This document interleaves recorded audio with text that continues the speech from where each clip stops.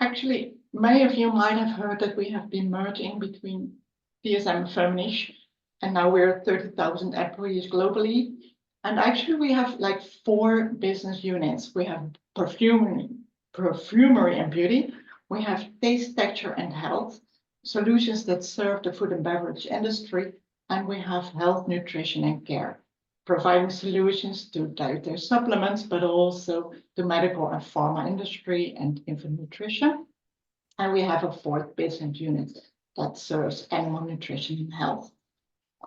And if you go to the next slide.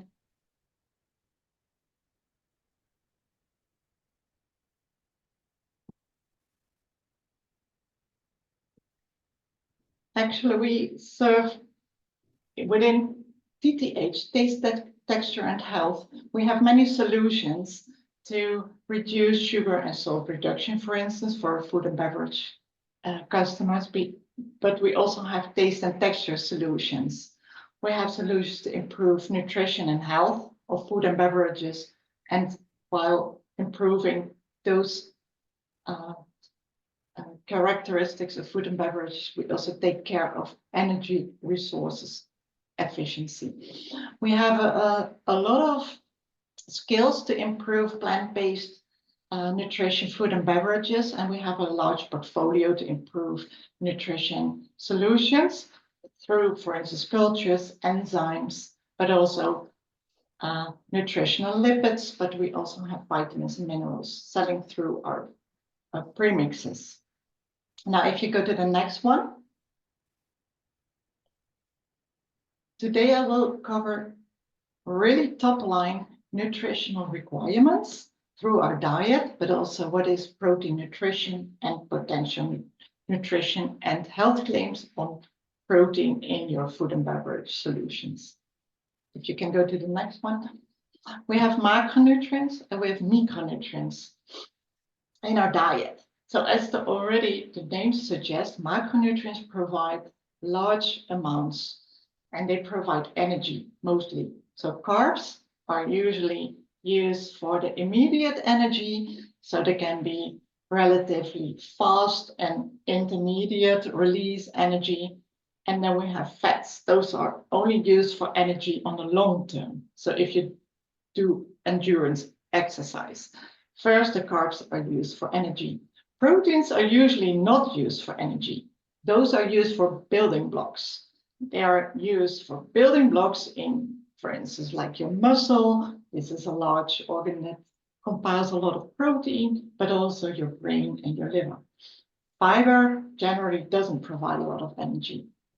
It's used for regularity, but also if your microbiota can ferment some of the fiber, it provides a little bit of energy. Micronutrients, in contrast, as the name suggests, are only needed in very small amounts. Those are generally the vitamins and the minerals, and they must be obtained from the diet because we cannot produce them ourselves, with the exception of vitamin D, which is obtained from the sun. And they support the functions of our cells and our organs. Now we have actually 2 classes of micronutrients. We have the vitamins and we have the minerals. Vitamins you can divide in the water-soluble ones and the fat-soluble ones. And as the name suggests, fat-soluble vitamins, they need fat-containing foods to be absorbed, and they are also stored in fat tissues, but also the liver. And water-soluble vitamins, they need water-containing foods to be well absorbed. The water-soluble vitamins, they are not stored like the fat-soluble vitamins, so they are excreted via the urine, and you need them on a regular basis because you don't have large storages like for the fat-soluble vitamins. You have the B and C, and you have 8 types of B vitamins. For minerals, you have the macrominerals, which are used or needed in large amounts, in gram amounts, and you have the trace minerals, which are needed in very small amounts, milligram to microgram amounts. Those are the general classes of minerals. So if you go to the next one, you can see they play very important roles, those vitamins and minerals. They have essential functions in all cells, but also all organs of our body. So they play a very important role in all the functions of our body. And generally, deficiencies are not that obvious. They're often very hidden because they don't show us clear symptoms. And it usually takes several months to even years before symptoms in vitamin and mineral deficiencies become apparent. And often they become apparent as very asymptomatic. So some people may have feelings of fatigue or a poor hair and nails, but also reduced resistance to immunity. So it takes a long time before deficiencies become apparent, and usually they are hidden. Next one, please. So are vitamin deficiencies a problem in countries? That's a better question. Usually national authorities, they have their dietary guidelines, but you can see, and I took two examples from Brazil and the EU, that not everywhere the requirements for the vitamins and minerals are met. For instance, in Brazil, you see there's huge deficiencies in vitamin D and calcium and vitamin E. Hardly anyone meets those, and in the EU, it's pretty much the same. Vitamin D and E are huge problems. Those are not really met. So despite guidelines, vitamin and mineral requirements are not met by everyone. And if you go to the next slide, it's an interesting observation that, for instance, in the US, where many of the foods and beverages are fortified, you can see, for instance, in blue, that a large percentage of the people do not meet their requirements because they don't reach the 100%. So not 100% of the people meet the requirements from the normal diet.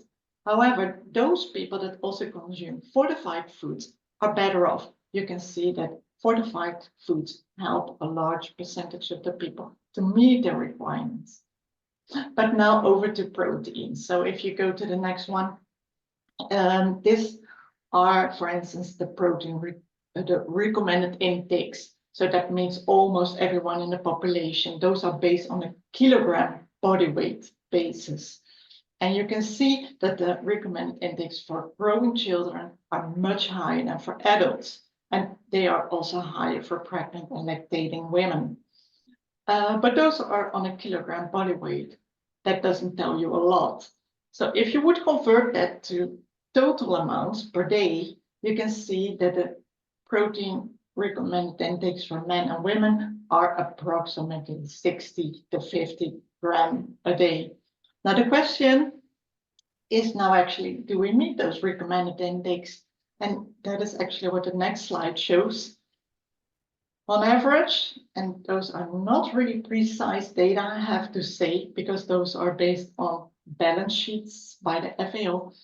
On average, the total protein consumption is 83 grams, so more than is recommended. The animal protein intake is 33 grams, and the plant protein intake is approximately 50 grams. Now, it very much, of course, depends on where you live, because if you look at the graphs, you can see that the protein consumption is much higher than the plant protein consumption in certain parts of the world, whereas in other parts of the world, the plant protein consumption is not high. But it's not all about the amount of protein, it's also about the protein quality. And what is now protein quality? FAO actually defined in 1991 what is protein quality. They started with the PDCase value. The PDCase value, they said, is based on first the digestibility of a protein, and secondly on the essential amino acid pattern of a protein. So the PDCase is the digestibility of a protein multiplied by the essential amino acid score. And the digestibility in the PDCase is based on the total protein and the digestibility measured and at the end of the GI tract. And then the essential amino acid score is the amino acid content of your protein or food in relation as a percentage of what the FAO says is required. And then you take the first limiting essential amino acid. Now, actually, yes, they revised the recommendation 2030 and they updated based on new science. They said, okay, this method is a bit obsolete. We have to go to DIAS. However, the problem is that there's not that many DIAS values available yet. So many of us are still sticking to the PDKs. But however, the DIAS is based on digestibility of single amino acids. It's measured at the end of the small intestine, so not the end of the total GI tract. So it doesn't include fermentation by our microbiota. So it's not an overestimation. And we are using here an updated essential amino acid pattern as defined by the FAO, and it's not kept at 1 anymore. Everything above is still useful. Now, this is the DIAS, but we still actually are using the PDKs because of lack of data in the DIAS. Now the GFI, excuse me,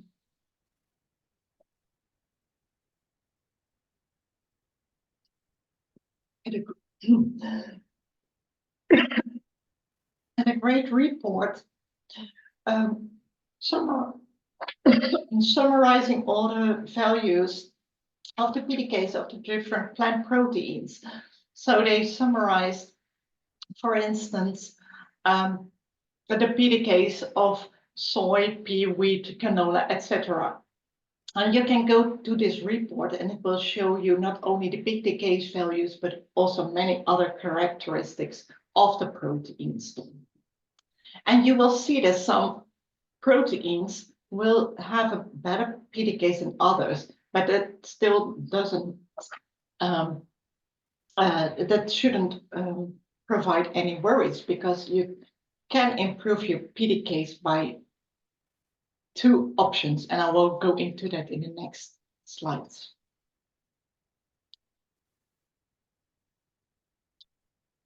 The PDKs is dependent on digestibility, but also on the amino acid pattern. You can improve the digestibility of your protein, for instance, by the extraction process. You can get rid of anti-nutritional factors through separating the oil from the protein fraction.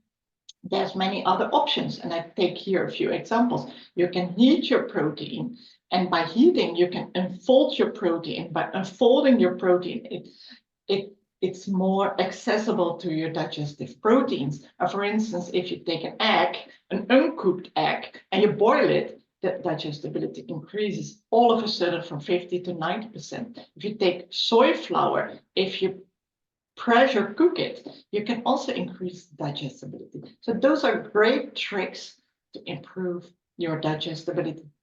And that's not all. There's some other examples. You can, for instance, use enzymatic treatment of your food, but you need the ideal circumstances, and you can very specifically get rid of some of the anti-nutritional factors. And here's an example of phytase that can remove phytic acid in your food, and as such make minerals more available and also amino acids more available in your food.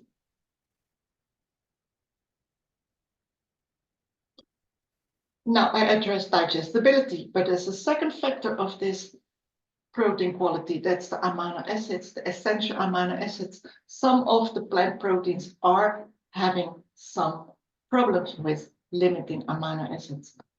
So I take here some examples. You have legumes, which are often limiting in sulfur amino acids. You have cereals, which are often limiting in sulfur amino acids. However, by complementing the two, you can make a complementary blend, and the two will complement for the limiting amino acids. So by blending proteins, you can improve your PDKs. Not only the PDKs is an important factor, Also the protein level in your food. And it's not that plant proteins are necessarily always lower than animal protein based foods. However, if your protein content is low, there's opportunities to increase it, because that allows you to make a protein content claim. And I think many of you might have heard it. And it depends very much on the region and the country. So looking, for instance, at EU, it's based on the percentage of kcal. In Australia, it's based on the serving size. In Canada, it's based on the RDI. So it's very, very variable, and you have to check your local regulations to make a source of protein claim or a high in protein claim. There's even countries that correct for the protein quality. And here, for instance, you have the United States, the FDA, that says we have to correct for protein quality. We have to correct using the PDKs. Now, besides the protein quality, there's also the protein health claims. If you go to the next slide, there's opportunities to increase your protein level, because that allows you to make a protein health claim. And it also, again, depends very much on the country. And here I provide you a few examples. Most of the countries allow for a muscle maintenance or muscle growth claim. So, but again, check with your local regulatory experts. There's a few more mechanistical claims which are less attractive. But then again, if you go to the US, there's a little bit more liberty to claim, because it's science-based and not depending on authorities. And there, for instance, you could even go to, for instance, a protein support satiety claim. So there's a wide range of opportunities if you increase the level of protein in your product. But okay, enough about protein. For now, I think Abby will explain you a little bit more about consumer insights. Yes, thank you, Maaike. Try to move to the next page.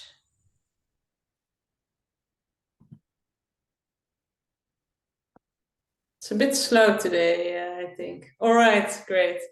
So we wanted to understand indeed the health concerns of consumers worldwide, and also what they already do to improve their health.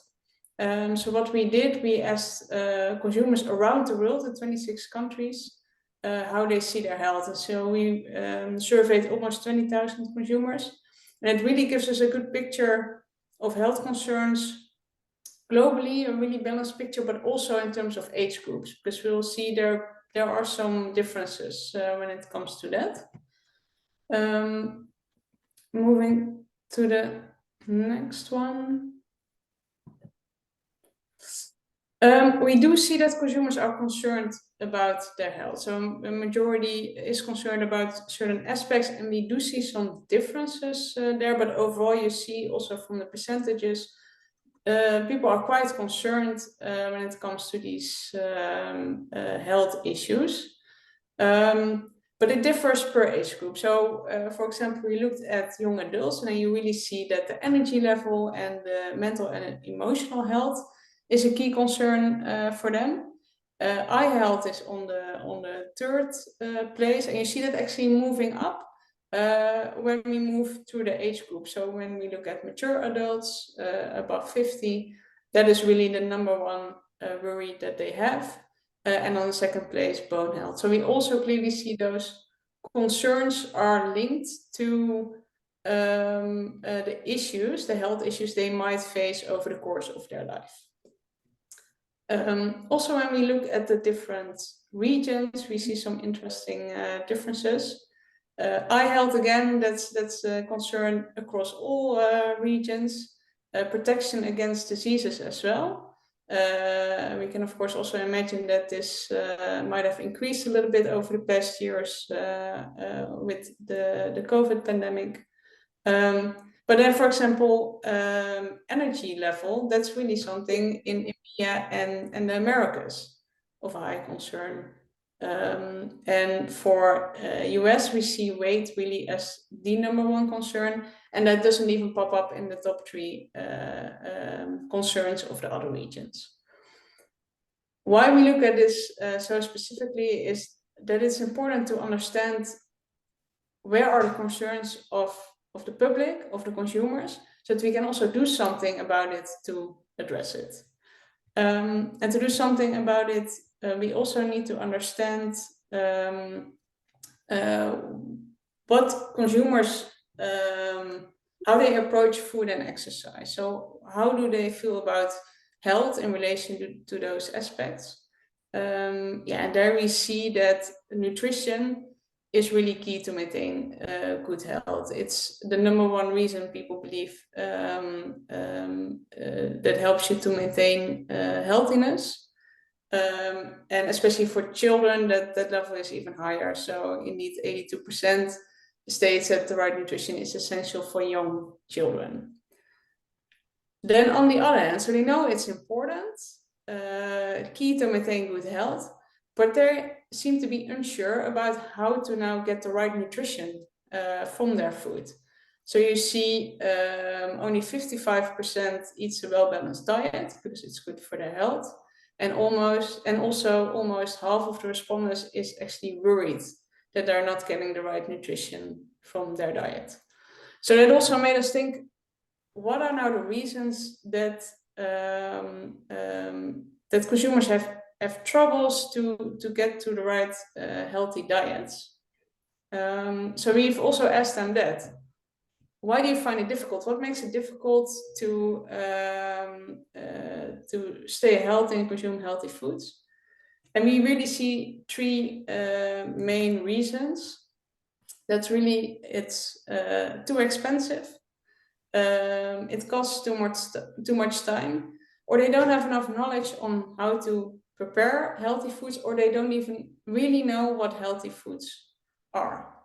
So I think that's also a question actually to all of us active in the food industry. How can we now make healthy foods more affordable, less time consuming, and easier to understand, to really make sure that we get those healthy foods to the consumer?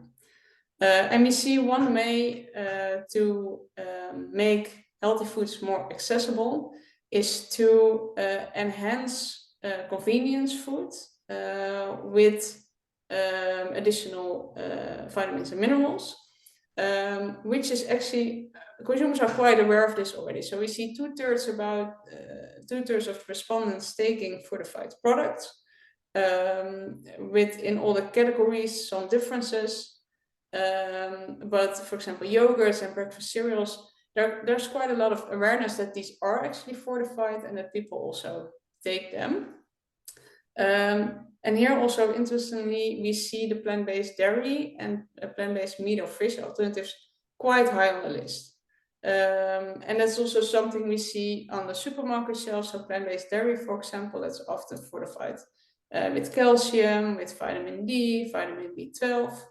And a plant-based meat alternative, yeah, we also see that with iron and B12. So also really looking at what does the traditional product bring and how can we fortify that. And my colleagues will also dive a little bit deeper into the different strategies we have to fortify or enrich these products. Because it's quite an interesting space to think about nutrition, to think about health. Because if you look at the main reasons why consumers actually choose for plant-based products, well, #1 reason is that it's better for the environment, but then a very close runner-up, just a percentage different, is because it's healthier.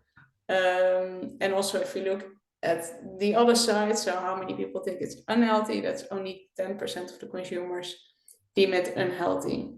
So it's important to, when it is considered a health choice, to also give them healthier products.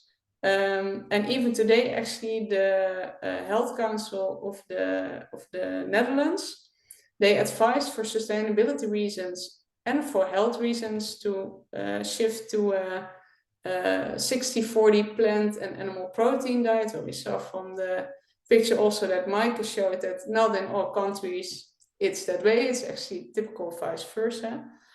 And he said as a reason it was sustainability, but also because they felt it was beneficial for the health of the broader population, which I think is really a great sign. But he also made the notion there, stating, okay, if you then look at meat and fish alternatives, it is important that these are enhanced to provide the same micronutrients as what they are meant to replace, because we know, Mike also showed them, there are a few essential vitamins and minerals that are really hard to find in abundant amounts in plants and are actually majority found in animal products. So it's important to think about that, how to make those products even healthier. And what we then also wanted to test is, oh, I'm sorry, that was one too far. I hope I can, great. We also wanted to understand, okay, if we then put this on a pack, if we say fun of pack, it has indeed added vitamins and minerals, what does that do to the interest of consumers? Because they can say one thing, okay, it's a healthier choice, but are they really more interested to buy these products? So we developed a concept of a chicken alternative, where we stated on the package, okay, it has 15 vitamins and minerals added to it, and we compared that with a control concept that didn't have that claim front of pack. And the good thing here is that consumers found the products with vitamins and minerals more believable, more appealing. They found it a healthier option, and I think the ones that sums it up all and is in the end the proof of the pudding, the likelihood to purchase really went up significantly. So that shows that it's not only important for all of us to make it a healthier option, but it can actually really help to make products stand out on the shelf. So to dive a little bit into what are now your different strategies that you can take with fortifying plant-based products, I'd like to hand it over to my colleague, Julia. Yes, thank you very much, Emmy, for this nice introduction to our part. I will start first a little bit broader, because when people change their diets towards more plant-based, we know they consume less meat, fish, and dairy products. And therefore, it's very important to still pay attention to ensure that they get the right set of nutrients. We know that on the one hand, there are some positive nutritional aspects when people go for more plant-based options. They consume, of course, more fruits, more vegetables, more pulses. So this can lead, for example, to a lower cholesterol intake, but also higher fiber intakes, and some higher intakes of the vitamins like vitamin B1 and folic acid.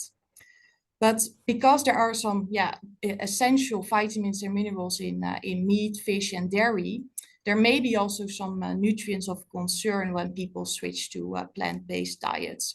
You can see them here on the left. So these are, for example, the B vitamins, including vitamin B12, but also vitamin D, some of the minerals like iron, zinc, and calcium, and the omega-3 fatty acids that can be found in fish. I would also like to show you this recent systematic review that compared nutrient intakes of vegetarians, vegans, and meat eaters. And you can see here on the left that the protein levels are a bit lower in the vegans and vegetarians group, but still on an adequate level.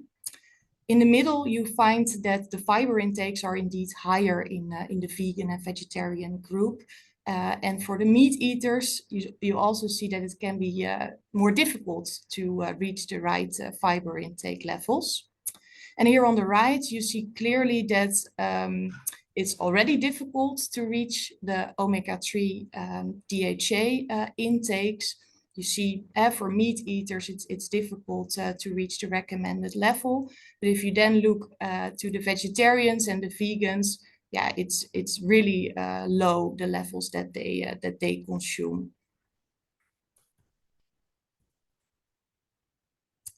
So this brings me to food fortification that Emmy already introduced, and this refers to the addition of nutrients to foods. Fortification differs from supplementation in the fact that nutrients are added in smaller amounts to the foods that are eaten more often. We see here on the left two enrichment strategies, and we focus for today on number 2, which is all about nutritional equivalence. So, for example, replicating the nutritional values of meat and fish in the plant-based alternatives. In the next slides, we will talk you through this strategy for the plant-based alternatives, and Rodolfo will start with the dairy alternatives, and after that I will take it over again for the meat alternatives. Good. Thank you, Julia. So taking a deep dive into plant-based dairy alternatives, starting with protein. So we know protein is quite important. When we make the change from traditional dairy milk into a plant-based substrate, we can see that there's differences on the protein content. Milk usually has around 3.5% of protein naturally. Soy is very similar with 3.3, 3.4. But then we can see if we're using different products such as oat, rice, or almond drink, that the protein content that we're having here is not as high as in traditional milk. So this is an opportunity space for actually fortifying with protein. And not only that, as Mikey mentioned, it's not only about the protein content, but also the protein quality. So just to mention here, like part of our portfolio that we have Vertis Canola Pro, that is a canola protein isolate, that is not only helping achieve the protein content that you're looking for, but also it's the highest quality of protein for focusing on that. And if we move to the next slide, Julia, please.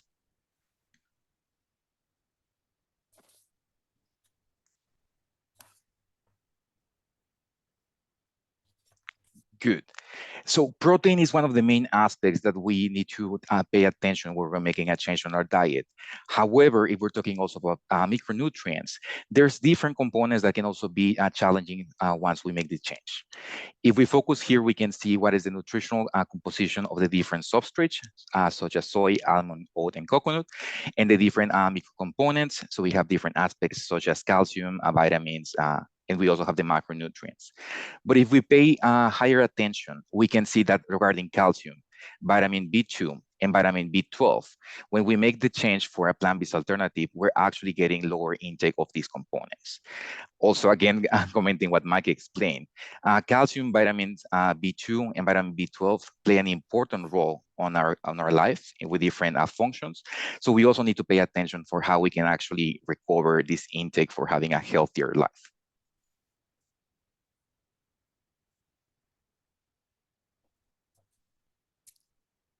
Yes, so then a closer look into some examples of the meat alternatives and nutrients that clearly shows us that there are some differences in micronutrients between the unfortified meat alternatives and the traditional meat and fish counterparts. Of course, the alternatives contain some higher amounts of fibers, but also folic acid, for example. But there are some micronutrients that are lower lower compared to the meat and fish products. Of course, this varies. It depends on the base protein and also on the other ingredients that are used in the plant-based alternatives. And it, of course, depends on the meat type that you are comparing your alternative with. But what we see in general is that meat is quite a good source of some of the B vitamins, including vitamin B12, but also the bioavailable iron and zinc. And especially fish is a good source of vitamin D and iodine. Fortification or enrichment of the alternative products can help to close these gaps. To also help you, producers of plant-based alternatives, we developed this Fortiful Nutrition guide. And this guide provides some ready-to-go fortification solutions, but also some scientific leaflets with more information about the vitamins and minerals, and some suggestions or inspiration for nutritional claims or features to include on your packaging. Yeah, you can easily try this tool online yourself, but we are also happy to plan a demo with you where we can show you this tool and where we can also help you with country-specific solutions. So that brings me to this overview that shows the current policies and guidelines for the nutritional composition of plant-based foods in some of the key countries. What you can clearly see here is that most guidelines are voluntary and focus on providing the similar nutritional value as the animal-based counterparts. So basically the nutritional equivalence strategy that Rodolfo and myself just discussed. I think it's also nice to explain some background because this overview comes from an FAOW food standards document. And the purpose of this work is to develop guidelines for the nutritional composition of alternative foods. And these may be translated into codex guidelines in the future. Maybe also to explain, the codex is a collection of internationally accepted food standards, but also codes of practice and guidelines. And the codex guidelines are used by countries to develop their own guidelines. And it can be especially relevant for countries that do not have their own dietary guidelines in place. So then to the right part, fortification is an effective strategy to address general nutrient shortfalls or deficiencies, and has already been used for a long time and is also proven to be effective. Unfortunately, we see that there are still low intakes of some of the micronutrients and also deficiencies worldwide. But for today, we will dive a bit further into the omega-3, EPA and DHA fatty acids. So from this graph, you will see that the omega-3, EPA and DHA status of people is low in many of the countries. You see some greener countries where we expect that they consume quite some fatty fish. And although there is no daily value for the EPA and DHA, currently most authorities recommend around 250 to 500 milligrams per day. And we see that most dietary guidelines recommend the consumption of about 1 or 2 portions of fish per week. Then zooming in on the vegetarians and vegans. This review of 11 studies takes into account different biomarkers and shows us that vegetarians and vegans have lower omega-3 DHA levels in the blood than omnivores. We also know that dietary analysis show that vegan diets lack DHA, and that vegetarian diets that include some dairy and egg products contain only very low amounts of the DHA. The primary dietary source of EPA and DHA is fish, and therefore I think it's also not so surprising that it's very difficult for the vegetarians and vegans to increase their omega-3 intakes by the diet alone. There are many types of omega-3 polyunsaturated fatty acids, but the majority of research is focusing on the 3 that you can find here on the left. Below you see the alpha-linolenic acid. You can find this omega-3 in vegetable oils like the canola or flaxseed oil. On top, the EPA and DHA mainly come from fish and algae. the body can convert the ALA omega-3 into the EPA and DHA omega-3 fatty acids, but we know that this process is often not efficient enough to make sure that you reach the nutritional requirements. And yeah, that's difficult because we know that from a lot of research that EPA and DHA are important for many functions in the body. Think about, for example, heart health, eye health, but also DHA especially is important for your brain.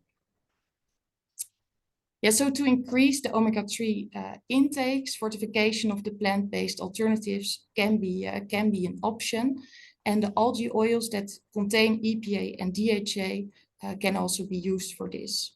And on the right here, you also see that it's also better actually from a sustainability perspective, because we are really going straight to the first source of the omega-3 in the value chain by using the algae oil. So we have a product that is called the Life's Omega, which is a great source of omega-3, DHA and EPA. It's produced from the algae and it provides a sustainable and vegan alternative to the fish oil. This product can be used to fortify dairy alternatives, but also fish alternatives. And this algae oil was recently approved for the fish alternative category in Europe. We know that consumers are not always aware of the benefits for their health of these omega-3s. So yeah, it might be a nice opportunity to give them and provide them this information by using front of pack claims or health messaging. And for that, you can focus on the nutrient content. So think about, for example, source of EPA and DHA, source of omega-3. But you can also focus more on the health benefits that these omega-3s bring. So think about, for example, EPA and DHA are heart healthy ingredients. And with that, I would like to hand it over to Rodolfo again. Thanks, Julia. So now talking a little bit more of the additional benefits that we can have in both plant-based meat alternatives and dairy alternatives. So we start with, can you go to the next slide, Julie, please? Okay, so now we have different ways for helping our customers and consumers achieve their targets. So here we have a very short video of a similar tool on meat alternatives, but this one for milk alternatives, on how we can differentiate further the products. So if you can roll it out, Julia.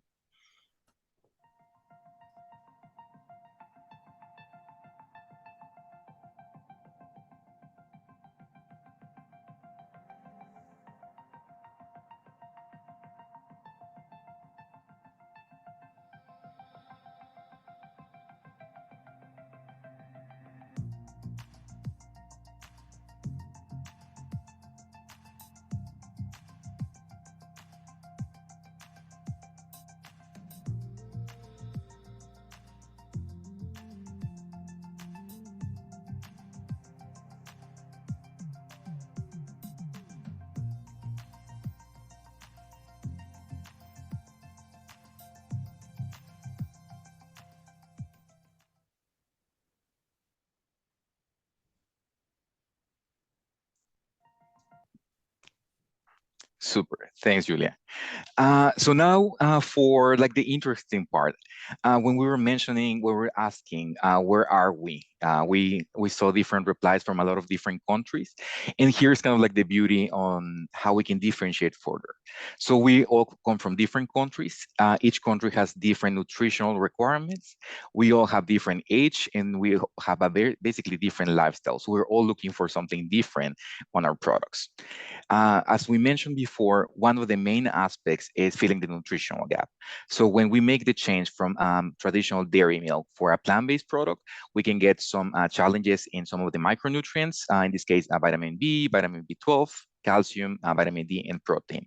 So here's a very easy exemplification of like the Fortifold tool, how we can help you achieve first the nutritional targets that are missing from traditional milk. That is the first step. And if we move forward, Julia, please. So as I mentioned, we all have different lifestyle. We're all looking for something different. So here's where we have the opportunity for taking the fortification to the next level. So with vitamins and minerals and the nutritional premixes, we can actually achieve different claims and positionings that are requested and actually basically targeting the health concerns that the consumers have all over the world. Just for having some examples, bone health. So these can be quite important for people that are a little bit older, but also when you are working with sports or you have different specific nutrition that you want your body to be, in your skeleton to be strong. Energy, also we have different challenges that we feel tired during the day. So here we can also have a different product that is positioning for having a controlled energy release. Immunity, as Amy mentioned, I think after COVID, we all got traumatized and we're very, very stressed about our health. So we're always looking for different solutions for strengthen our immunity system. If we take it next to the next level, with, as Julia mentioned, with our omega-3 sources, we can actually get different claims regarding brain and heart health that I think is also quite important for everyone. So here's a little bit of the difference on how we can move forward. So we talk about the nutritional science and some of the benefits, how we can take it now for exemplifying how this can look like. Here we have two different examples, one for fish alternatives and one dairy fermented alternative. So with the fortification, the nutritional premixes, we can actually achieve different claimings. We have here as an example for Europe. We can get the positioning of source of and high in of different components according to regulation. So this is a very good way of how we can position our product in a more nutritional way. And if we take it to the next level, Julia. So if we move it forward with different health benefits, here we have at least 3 examples on how we can differentiate our products. On the first one, we have an oat beverage. So we can create a smooth oat beverage that we're not compromising the sensory experience that we know is also quite important. And here we're fortifying with the nutritional lipids, also with EPA and DHA, that both are from, well, it's a single source that is from vegan algal oil. And with these, we can actually get some positioning and claiming regarding brain and heart health. We have a second example that is a big patty. So here also we're paying attention with our products as well for having the great bite and texture that the consumers are looking for. But we can also help you fortify further with vitamin B complex, iron, zinc, and selenium that we know take a very important role in our nutrition. And lastly, we have a final example that is in a fermented product, that this is a pea product that we are having the positioning on source of calcium and vitamin B12, but also we're supporting immunity thanks to our specific component of vitamin D2. So here's basically our challenge that we have all day for creating specific products that match the consumer needs. And then we need to pay attention on the specific target group that we're looking forward. So we can make sure that the consumer that we're targeting to get is going to be happy with the solutions that we have. And this was just a very small example for exemplifying how we can help position not only products as nutritious as, but also take it to the next level with different health benefits according to the needs. So shortly, we're going to pass for the Q&A. We do not have a lot of time and we have a lot of people and a lot of questions.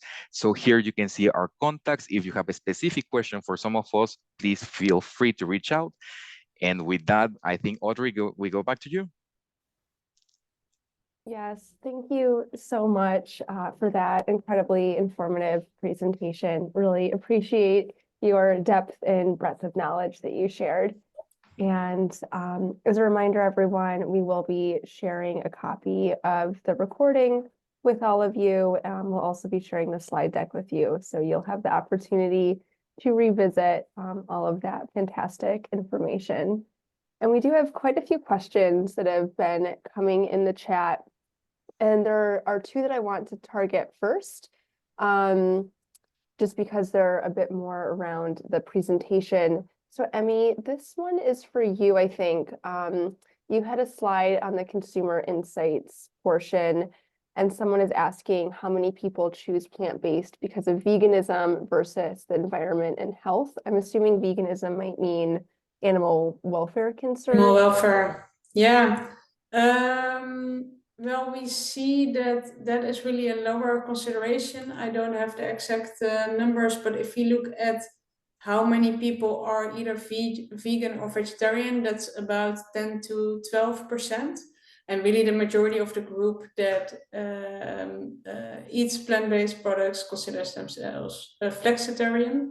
And that has shifted a lot, right? I think if you look 15, 20 years ago, animal welfare was really high on the list. But now we see with these other concerns coming in around sustainability, around health, that this also opens up the space for the flexitarian group of people who are just trying to limit their meat intake. Thank you. And Julia, there's a question on your slides around the omega-3s, DHA, EPA. Was the data you presented consumption data, or was that tested levels in people?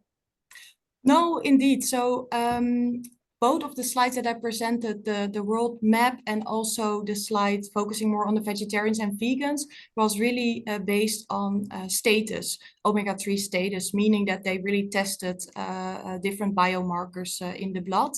But from a consumption perspective, I can also say that we have seen quite some data that is very difficult for people to consume the recommended amounts of fish, and meaning that you see low intakes of DHA and EPA.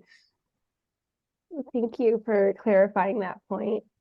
And we have a few questions here around, I would say, fortification more broadly.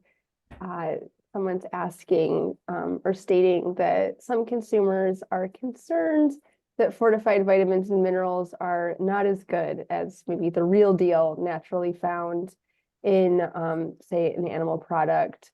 It sounds like some folks might think that fortified vitamins and minerals might even be harmful to your health. What is your perspective? Micah, maybe you have an answer to this one, but anyone, of course, can chime in. Yeah, that is like a recurrent question, but I don't think there's any evidence like that the synthetically produced vitamins are of any difference than the natural ones, because they're structurally totally identical. I haven't seen any evidence. So no. Yeah, so I would say, yeah, fortified is as good as coming from natural. It's probably even more sustainable, because if you want to get your vitamin C from all the oranges in the world, it's probably less sustainable than you would get it from a fermented source or anything, you know. Yeah. Yeah, and maybe to add on that for the vitamins and minerals, especially for the minerals, we see that that we need to do some more research on the bioavailability of iron and zinc, for example. So there, I think that's a topic we need to dive further into. Yeah, that's a great point, and that is a great lead into this next question. This person's curious if there's any studies conducted on the digestibility and absorption of fortified foods. Is there a difference, for example, if when we consume naturally biofortified foods as compared to the fortified ones in the context of vitamins and minerals?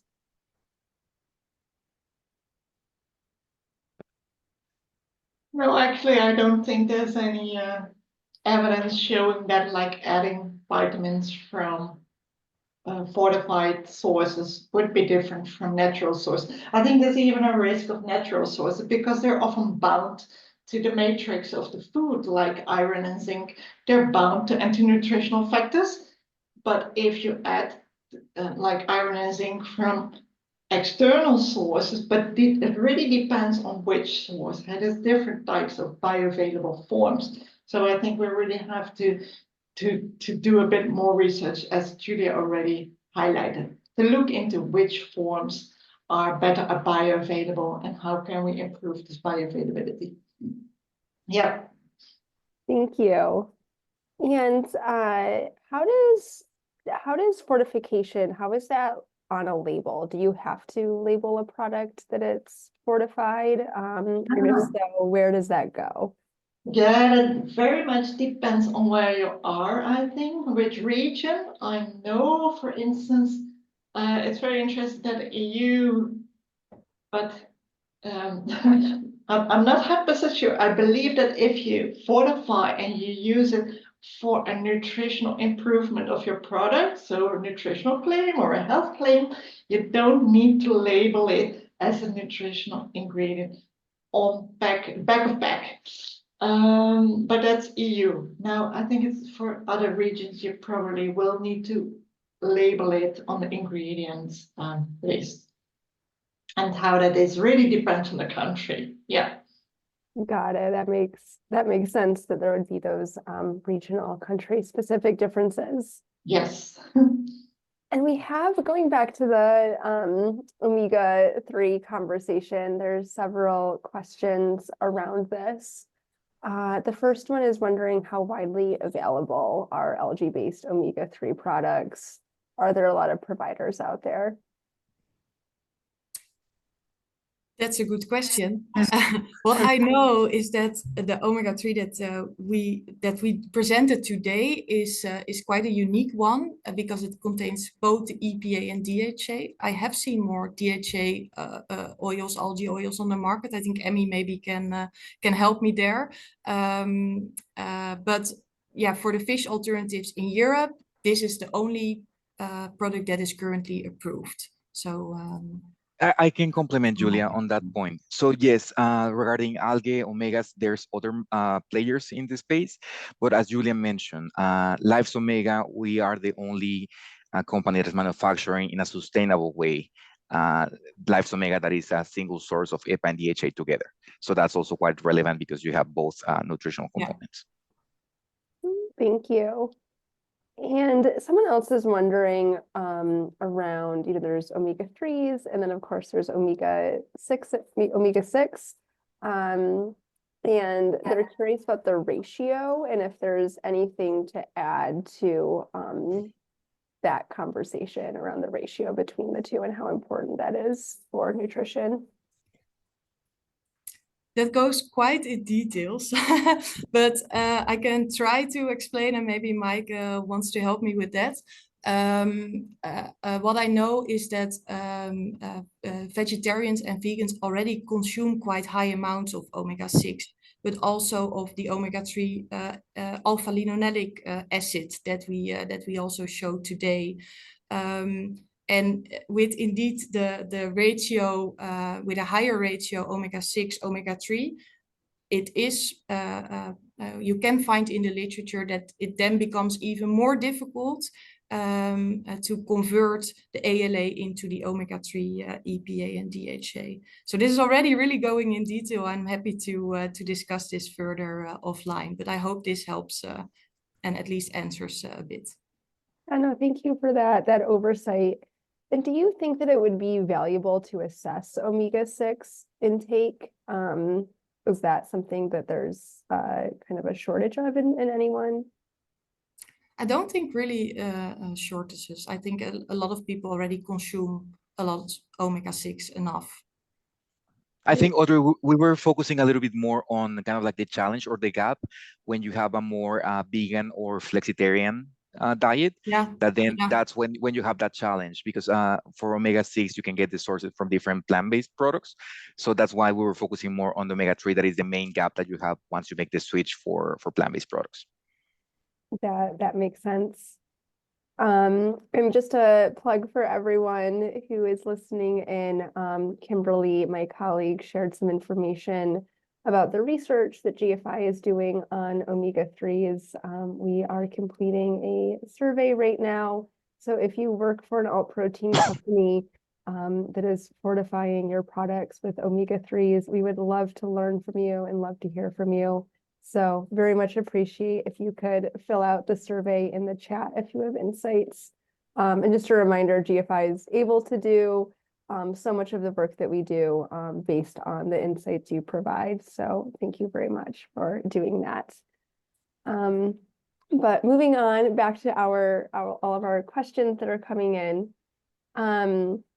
We have another question here, and Micah, maybe this is a good one for you. Wondering what the evidence is. Is a whole foods, plant-based maybe plant exclusive is the term they use, diet, with nutritional supplementation better? Or is it better to get all of your nutrients through a diet that's supplemented by plant-based alternative protein products? Wow, this is a super challenging question. I don't know. It depends on what is better, your health or the sustainable planet, you know. In terms of sustainable planet, I would say, yeah, I think we need to move towards plant-based, right? But yeah, it's true, we might miss out some of the essential nutrients that are present in animal foods. So how I don't think it's that black and white. Don't move to total vegan, don't move to total animal. There's a balance, you know.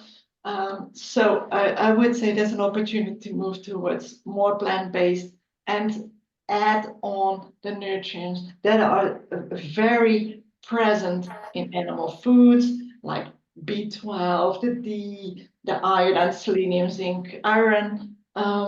Yeah, those are difficult to obtain. Those you could either achieve through fortification or through supplements, and that really depends on people's lifestyles. Yeah.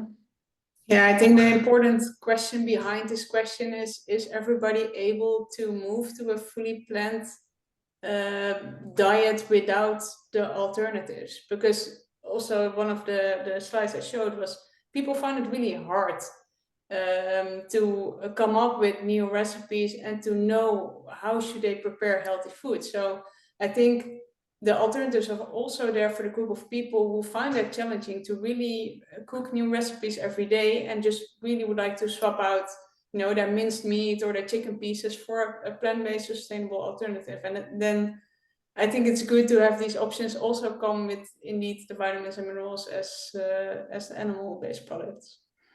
So it's not as black as white indeed, as you say, Maite. Well, I appreciate the insights on that one.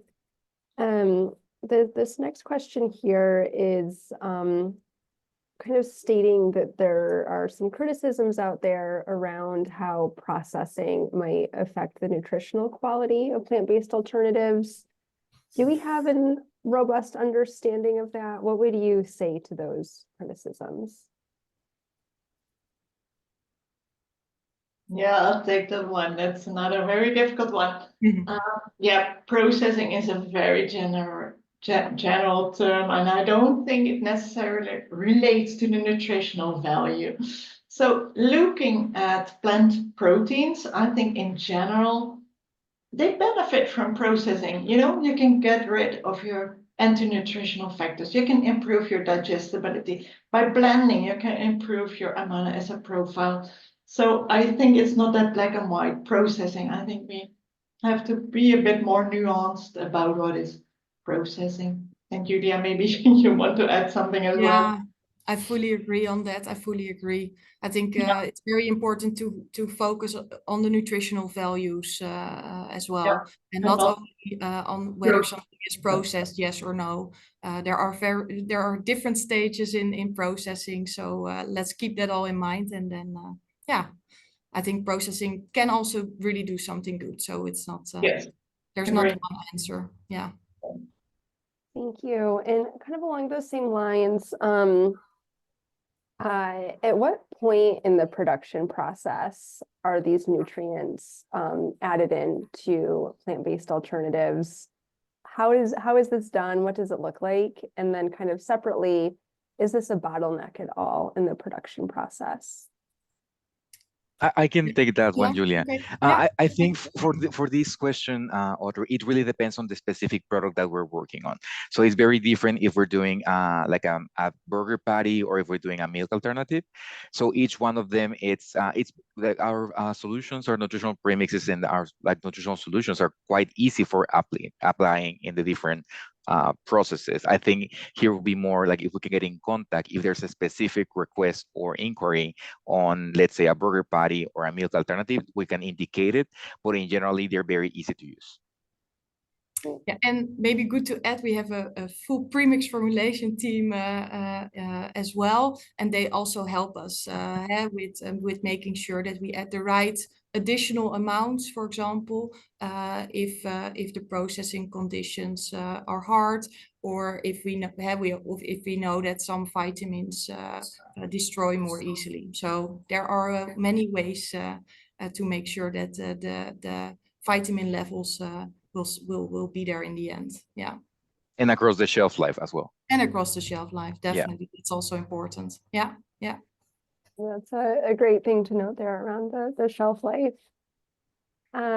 Switching directions a little bit, mycelium products. So kind of the roots of mushrooms are something that quite a few alternative protein companies are working on. Do you have any insights on mycelium at this point in time around maybe the protein quality or content? Or is it too new of a product to know that much about at this point in time? I think that's one that we need to take offline, because I cannot answer it now. No problem. And so for the person who asked that question, if you wanted to message us, Yeah, the perfect. host and panelists, your email, we can follow up with you after this. We're happy to do that. And the next question here is curious as to why consumers would choose maybe a plant-based fish alternative. Is that mainly for environmental reasons? Are there any health concerns regarding fish? I know that there's been a lot of talk around mercury levels and microplastics and other contaminants in fish. Are there any other things that you would add to that? Yeah, it's an interesting question, because we indeed see health as the #1 reason for choosing plant-based alternative, or the #2 actually in this regard. And that's typically coming from red meat to a meat alternative. If we look now at fish, we actually see the #1 reason for consuming the traditional fish is because it's considered healthy. But I think lately, indeed, also here environmental concerns have played a role for people to look for fish alternatives. Increased levels of microplastics, heavy metals have played a role, so that's also a bit of the health part coming in there. And we actually also saw in the Netherlands the advice to consume fish used to be 2 times a week, and they also modified that back to 1 time a week for sustainability and for health reasons. So I think really those are also for fish, the 2 key reasons to swap, but might be a little less prominent as with meat alternatives. Thank you. And do you have any insight into how much dietary intake of ALA can give a similar bioavailability of comparable EPA and DHA? That's also a good question. I do not know it on the top of my head. Maybe Mike, but otherwise I think this is also a good one. We can follow up later, definitely. Thank you for doing that. And so for the person who asked, please feel free to send us an email. Connect to with your us. Yeah, yeah. info, and we can follow up on that. And then switching directions again, are vitamins stable against heat or freezing? How robust are they in terms of holding up to different conditions? Yeah, I can start, but maybe also Rodolfo wants to explain a bit. So it really depends, as Rodolfo was already saying, on the specific processing conditions, the ingredients that are used, and also the specific vitamins you are looking at. So there we have already quite a lot of data from other products that we fortified in the past that we can use now to also make sure that we add the right amounts of the vitamins to the, let's say, newer plant-based meat and dairy alternatives. For most of the vitamins, but not for all, we always add some higher amounts because there is some loss during processing or during the shelf life. So And if I may add, Julia, so Yeah, like that's sure. the beauty and the easiness of the nutritional premixes. So with the nutritional premixes, we actually have the expertise of using the proper source in the proper way, and also with the proper compounds for actually making sure that the premix or like the vitamins and minerals are going to be during the processing, but also during the shelf life. So it's a very relevant point, but we make sure that our fortification lasts until the shelf life of the product. Thank you for adding some clarification around that. And then we have another question here that's a bit of a departure from the plant-based products we've been talking about. And that's, what is your opinion on products coming from precision fermentation? There are quite a few alt protein companies making, say, casein or whey using microbes or various egg proteins. Do you have any initial reactions to that from a nutritional perspective? My initial reaction would be yes, this is really the future. In terms of producing proteins, but you can produce anything by microbial fermentation, right? Could be vitamins, specific peptides, whatever you need. And because it's more efficient, it's more sustainable. So, but here I'm not really the expert, but definitely that would be my first intuition. Yes, large scale fermentation based is definitely the future. That's I think you go can ahead. also see as DSM, we have also ventured a little bit in this direction. Of course, we're a biotech company at heart. So it's super interesting for us to look at this as well. And you can see that, for example, with Vivici, a new startup that we founded together with Fonterra. That's really on the dairy protein side from precision fermentation. And also in the cultivated meat space, we have some collaboration. So yeah, we really keep an eye on this, on these developments, and it's super interesting. Yeah, I think it's part of our commitment with nutrition and sustainability. So we're always looking for good, new and different sources that can actually provide a good for the consumers and for the environment. Thank you. I would say GFI is also quite excited about the potential and possibility of technologies like precision fermentation. I mean, this question is around some of the consumer insights that you shared. Is part of the survey to understand if the sensory quality of healthy, sorry, I've now lost the question. Let me try to find this again. So it's the sensory quality of healthy foods, which are mainly plant-based. Could this possibly contribute to consumers frequently and actually consuming healthy foods? So I guess this is around kind of the sensory element. Sensory part. Yeah. Yeah, the specific survey that I referred to was really focused on health. So it's also broader than just plant proteins. It's part of a survey, but it's really about understanding the health concerns that people have and what they already do to get a healthier life. So we did not dive into the sensory aspects in this survey. Got it. Okay. This is a more logistical question for those folks in the audience who have found this valuable. Would they be able to use any of your slides if they are doing a presentation? Are you okay with your great information being used in other locations? We will need to check with our marketing and regulatory team to actually see if that's viable.